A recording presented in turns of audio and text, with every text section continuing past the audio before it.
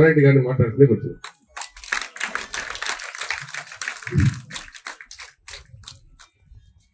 గౌరవ శాసనసభ్యులు జేవీర్ రెడ్డి గారికి, అలాగే పెద్దలు ఎమ్మెల్సీ నర్సిరెడ్డి గారికి, వేదిక పైన పెద్దలందరికీ, అలాగే వేదిక ముందున్న పెద్దలకు, టీచర్స్కి, అలాగే విద్యార్థులకు, పత్రికా ప్రముఖులకు, అలాగే మా కొలీగ్స్ డాక్టర్ రెడ్డిస్, అలాగే డాక్టర్ రెడ్డిస్ ఫౌండేషన్ ఈ కార్యక్రమాన్ని అంతా పర్యవేక్షించినటువంటి డాక్టర్ రెడ్డిస్ ఫౌండేషన్ సభ్యులకు అందరికీ కూడా నా హృదయపూర్వక అభినందనలు, శుభాభినందనలు, శుభాకాంక్షలు. ముఖ్యంగా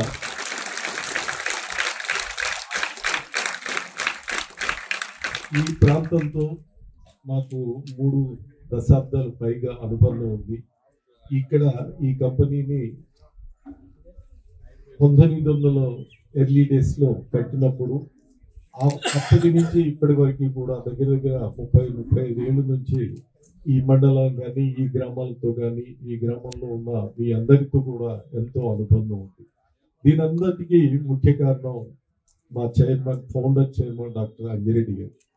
వారు మరి ఒక రైతు కుటుంబంలో పుట్టి విద్యని, మరి ఉన్నత విద్యను అభ్యసించి ఒక పెద్ద సైంటిస్ట్గా, అలాగే ఒక మరి ఎంటర్ప్రెన్యూర్గా, అలాగే ఈ డాక్టర్ రెడ్డిస్ సంస్థని మరి అంతర్జాతీయ స్థాయికి తీసుకుని తర్వాత ఈ సంస్థ ఎదుగుదలతో పాటు మరి giving back to the society, సమాజానికి మనం కూడా ఏదో ఇవ్వాలి అనే ఉద్దేశంతో 30 ఏళ్ల క్రితమే ఆయన డాక్టర్ రెడ్డిస్ ఫౌండేషన్ అనే సంస్థని స్థాపించడం, ఆ సంస్థ ద్వారా ఎన్నో కార్యక్రమాలు, ఎంఈఓ గారు చెప్పినట్లు ఎన్నో కార్యక్రమాలు ఈ చుట్టుపక్కల గ్రామాల్లో, అలాగే రాష్ట్రంలో తెలంగాణ కానీ ఇంకా ఇతర ప్రాంతాల్లో కూడా అనేక కార్యక్రమాలు ఈ సంస్థ ద్వారా చేయడం జరుగుతూ ఉంది. ఫౌండేషన్ ద్వారా బేసికల్గా మేము వర్క్ చేసేది ఎడ్యుకేషన్ మీద, హెల్త్ మీద, లైవ్లీహుడ్స్ మీద, అలాగే ఎన్విరాన్మెంటల్ ఆస్పెక్ట్స్ మీద, ఈ 4 మీద ఎక్కువ వర్క్ చేస్తూ ఉంటాం.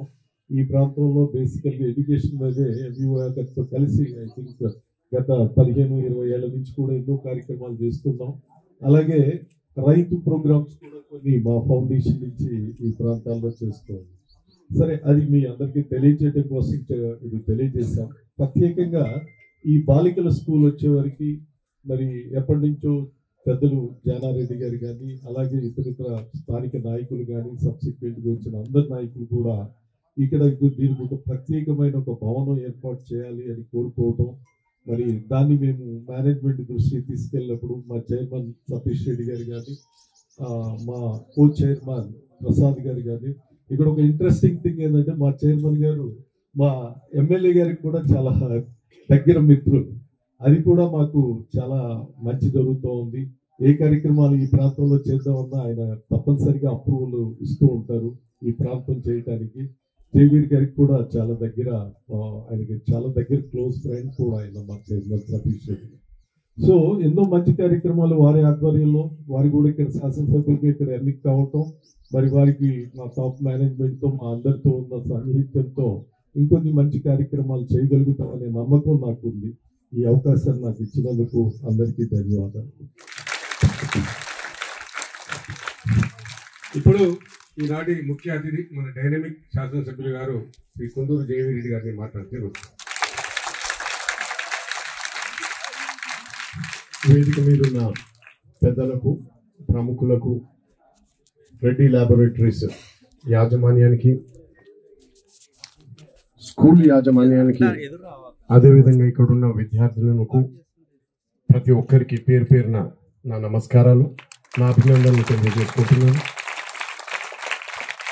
ఈరోజు ఈ స్కూల్ ప్రారంభోత్సవానికి రావడం నాకెంతో గర్వంగా ఉంది. ఈ ప్రాంత అభివృద్ధి కోసం ఎల్లవెల్లా పాటుపడిన జానారెడ్డి గారు, వారి ఏ విధంగానైతే విద్య మీద, వైద్యం మీద, పేద ప్రజల మీద ఏదైతే దృష్టి పెట్టి ఈ ప్రాంతాన్ని అభివృద్ధి పదంలో నడిపించారో అదేవిధంగా నడిపించేందుకు మేమందరం కంకణ బద్దులమై ఉన్నామని మీ అందరికీ ఈ సభ ద్వారా తెలియజేస్తున్నాను. అదేవిధంగా ఇంత చక్కని భవనాన్ని నిర్మించిన రెడ్డి ల్యాబొరేటరీస్ యాజమాన్యానికి, మరిన్ని కూడా సౌకర్యాలు కల్పించగలరని గత కొన్ని సంవత్సరాలుగా ఈ మండలంలో ఉన్న స్కూల్స్ అన్నింటిని కూడా డెవలప్ చేసేందుకు వారు ఎంతో సహకరిస్తున్న విషయాన్ని మీరందరూ గమనించి వారు సహకారం ఇంతే కొనసాగాలని మన మండలంలోనే కాదు మొత్తం తెలంగాణలో కూడా విద్య అన్నది ఇంకొంచెం మెరుగుపడి మీ అందరికీ కూడా మంచి విద్యను ఈ ప్రభుత్వం ద్వారా అందించాలని నేను ఆ భగవంతుని ప్రార్థిస్తున్నాను. అదేవిధంగా ఇక్కడున్న బాలికలకు కూడా నేను చెప్తున్నాను, నాకు కూడా మేము కూడా చిన్నప్పటి నుంచి చాలా మీటింగ్లు అటెండ్ అయినాము. కాకపోతే మీటింగ్ ఎంత ఎక్కువైతుంటే అంత అసహనం పెరుగుతుంటుంది కాబట్టి ఇప్పటికే చాలా ఎక్కువసేపు మాట్లాడిన వక్తలందరూ మన ఈ స్కూల్ కోసం కృషి చేసిన జెడ్పీటీసీ మన భాస్కర్ నాయక్ గారు కానీ, వంటశాల కట్టించి వారి శిలాఫలకం మీద వారి పేరు లేదని బాధపడుతున్న మన ఎంపీపీ శ్రీనివాసరెడ్డి గారు కానీ, వారు శ్రీనివాసరెడ్డి గారి చెప్పినట్టు వారి శిలాఫలకాన్ని ఎవరైతే వ్యక్తి పీకించారో ఆయన పదవిని కూడా ఈ ప్రాంత ప్రజలు అదేవిధంగా పీకినరన్న విషయాన్ని కూడా, కాబట్టి ఇటువంటి చిన్న చిన్న విషయాల మీద కన్నా అభివృద్ధి మీద